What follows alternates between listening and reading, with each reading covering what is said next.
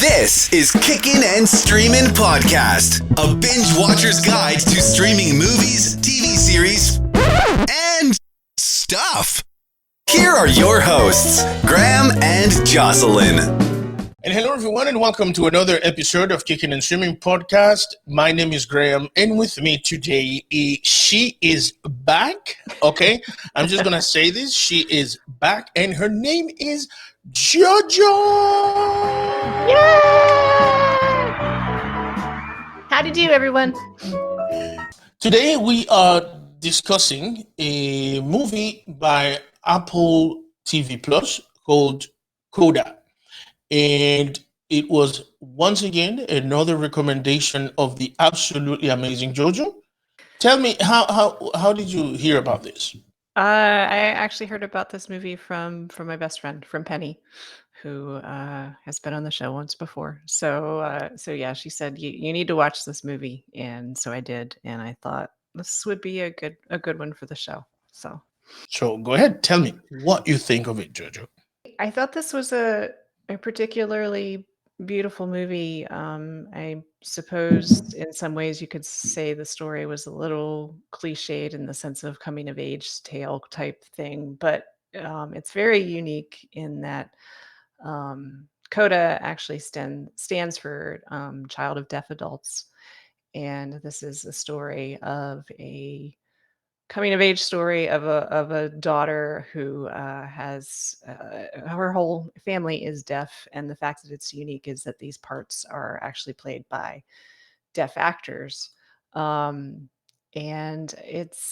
I think it brings a bit of authenticity and reality to the movie that you wouldn't otherwise have.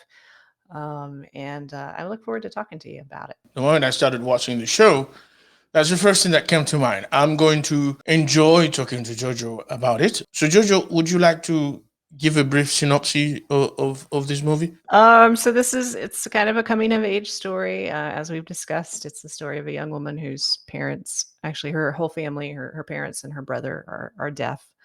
Her name is Ruby, and she's helping her family. They're from Massachusetts. They have a small family business, fishing, and she discovers that she has a dream, a big dream, and it's kind of her struggle to get her family to not only understand her dream but also let her go. Her dream is singing. And I think that the authors or the writers and the producers of the movie may have chosen that as sort of a direct correlation between the hearing world and the not hearing world. But I think that it would have easily has worked with her being interested in anything else, really. But I think that this was a beautiful way to illustrate the hearing world versus the deaf world, without too much ableism going on. Yes, you're absolutely right. I found myself actually thinking about why singing, right? Why singing? Yeah. Well, and then there was a moment where the mother, which was played masterfully again by Marlee Matlin, Yes. there was a moment where she brought up an analogy that put everything into perspective. And you were able to understand that it's not that the parents did not want their child to have an opportunity at doing something that she liked, but it was rather, this is not something that I will never be able to know how good you are at it and be happy for you at it because I don't get it. And it's not a question of I don't get it because I refuse to get it, Right. or I refuse to learn to accept it, or to learn to like it, but rather I will never understand it. Yes. I did a lot of reading after the movie because I wanted to know what the deaf community thought of this movie. Because, the fact that I liked it or you liked it or anybody who can hear liked it doesn't necessarily make it a good movie. But from what I read, was mostly a positive reaction from the deaf community. There were a few things that they did not like. But for the most part, they were just thrilled to have actual deaf people playing deaf parts. And hopeful that that's going to open a whole lot of doors for deaf actors, and actors with other disabilities to play the parts that, there's so many people that have the issue that could be playing the part, but instead they choose an actor that has a name opposed to someone who actually has the issue. So Yeah, yeah. The fact that the deaf community has welcomed it and have accepted it, given it a positive feedback, then that tells us something. The beautiful part about this movie is that whenever I saw the parents and the brother, I don't understand sign language, right? But to me, they spoke. right, right, right. They spoke whenever they made the signs, and one could argue that it has something to do, of course, with the fact that there were subtitles. Yes, but again, they spoke. For me, they were speaking. I could get their feelings, their emotions, their frustration, and everything that came with it. Yes. And also, I got the funny parts of their lives, and I enjoyed those parts of their lives. These two together were funny. Yes. And imagine a deaf father with like some tremendous dad jokes, man. That is awesome. His dad jokes are awesome, Jojo. It's true. It's true. I was like, this is dope, man. This is, you know. So yes, we're gonna go into the cast, by the way, right? Of course, we have to go into the cast Yes. because some of the actors playing some characters were surprising to me. But I just want the audience to understand that this is not a preachy movie. This is not a sad movie. Yeah, This is an actually very joyful movie it is. that presents to you another side of a disability that we not all of us really understand, right? Yes, from what I understand and from what I saw, some people had problems with the fact of, well, why couldn't they just cheer their daughter on in no matter what she was happy in? And I'm like, in an ideal world, sure, parents are going to cheer you on for whatever you choose, but life doesn't always necessarily work out that way. So I think the scene where she's singing and they're looking around the audience, and we kind of see the audience that she's singing to from the parents' point of view, the family's point of view, and obviously just point of view, not the hearing, but as they're watching the crowd and their reaction to their daughter. I think that was a really beautiful moment for them to understand why what she wanted to do was so important to her, but also in the fact of understanding, she's really good. What she Yeah. does is changing people, it's helping people, it is for a good reason. If anyone who watched this movie did not understand that, then I'm sorry, you're a dumbass. No, I agree. I'm not trying to be condescending, but No. there's more to the movie than that. And again, if you did not understand that, yeah, well, you have to be called out. You have to be called a dumbass, and I do that very frequently. You might never listen to this podcast again because Graham called you a dumbass. But again, that's the thing. You know, you have to stop me when I start doing that. That's the thing. Is that my job? Yeah. You have to stop me, man, because So let's go ahead and talk a little bit about the cast. Emilia Jones is the young lady who plays the main character, Ruby. Yes. I have to say, maybe I've seen her somewhere, maybe I haven't. But this kid has some acting chops. She does. She really does. She's a powerhouse. She's actually been acting for a long time, considering how young she is. But she's been in a lot of different things. But she was very good in this, and very, I don't know. I feel like it could have been a sort of a twee part, an irritating part in the hands of a less deft actress. But she took this and made us really care about Ruby and what her final destiny was going to be. And I thought she did a great job with that. Do you know if she has a Coda background? From what I understand, she does not. From what I read, she is British. So even if she knew sign language before, she would have had to relearn American Sign Language because it's very different from the British Right. version. But from what I understand, she knew how to do none of this. Like she wasn't. It is her singing in the movie, but she wasn't a singer before. Other than singing in the shower or whatever. She did not know any sign language, British, American, or otherwise. And so this was all her learning for the part and researching for the part. That was awesome, Jojo. I'm very impressed by her. And like I Yeah. said, I don't know what else I have seen her on. She's a young actress, so I've probably seen a lot of her, and I don't even recognize her. What I'm seeing on IMDb is not things that that I remember seeing, except for she was in a episode of Doctor Who in 2013.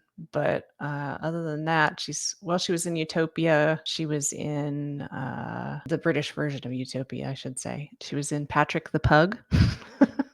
Yeah. Now, And of course, I know that. she was in the series Lock and Key. So Right. I don't know. At this point, I'm struggling to see if there was any other young actor that could have played this character as beautifully as she did. I don't know. I can't think of anyone. I really can't think of anyone. And so the next one I have to talk about is actually Daniel Durant, who played the character of Leo, the brother. Yes. He is actually deaf. Yes. He's a member of the deaf community, and he's a Broadway dude. He played the character of Moritz Stiefel in the Broadway revival of Spring Awakening, and he played the role of Matthew on the television series Switched at Birth. He was good, Jojo, wasn't he? He was very good. He was very good, and I was, I was impressed and happy that because I mean they could have cheated out, I guess would be the right word, and gotten a hearing person to play the brother. But I do love the fact that they were able to find someone from the deaf community to play her brother, and he's a great actor. So Yes, he did fantastic. I think obviously the actor that all of us are familiar with is Marlee Matlin, yes, and I want to see this movie win something. yeah, Is that too much to ask for? Like, I definitely think that this is a beautiful movie, yeah, and it is. every actor in this movie, like with the ones that played the family, deserve best support and best actor. Simple, Yeah, you know. yeah. Marlee Matlin was great in this. She's always been, great in everything I've ever seen her in. I think I first saw her in might have been a soap opera that my mother used to watch. And I didn't understand at the time that she was actually deaf, because we didn't have the internet and couldn't look things up. So I sort of thought that she was pretending to be deaf, and as a kid, I was kind of like offended. Yeah. But because I thought she was pretending, but then, once I realized that she actually is a member of the deaf community, it was like, oh, that's cool, that she's an actor and she got work and she's doing things. So that was obviously a long, long time ago, but she has obviously had a great career, and she continues to do great things. From what I understand, she was very, very vocal and supporting or pushing for more deaf actors to be cast in this movie. I think that she was maybe cast first, and from what I've read, she was very much like, no, you need to, if we're going to do this, then let's do it right. She's dope as hell, man. Yes. First of all, like all the characters she's ever played are like actual fucking bosses, okay? Yeah.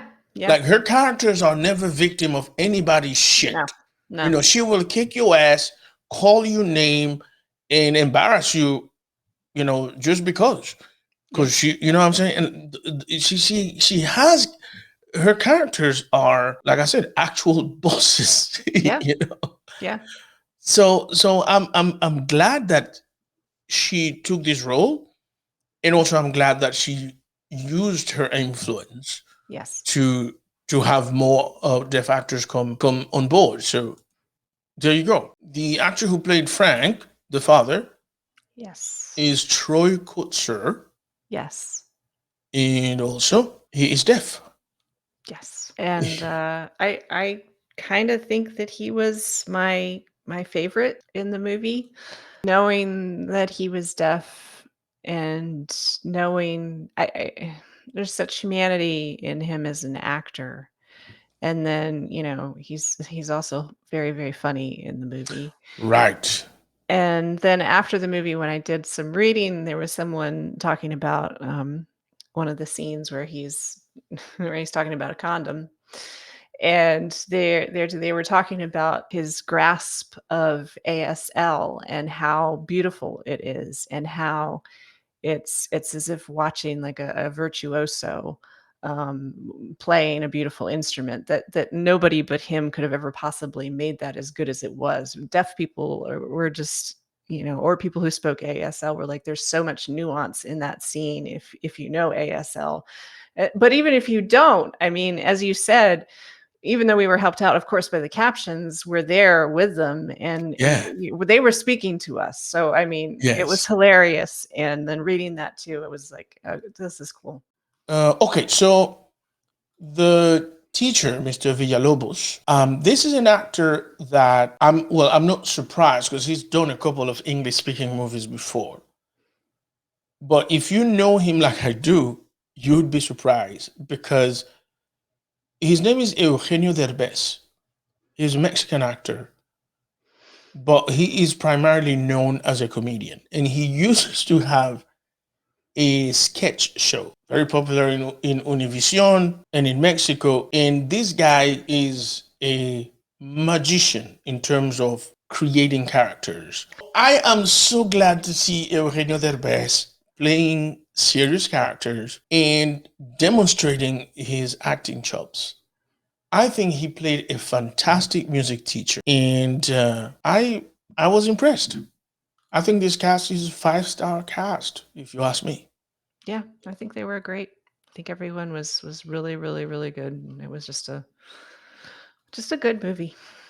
So I want to take a moment to thank you all for continuing to support us, for coming back, looking for us, for following us. If you watch us on YouTube, please don't forget to subscribe. You can follow me on social media, Mr. Puzzetta, MRPUZZETTA. That's MRPUZZETTA. Jojo has taken an extended hiatus from social media, but we hope she'll be back one day. Someday. But for now, thank you very much for watching, everybody. Thank you very much for listening. Thank you, everybody. Bye.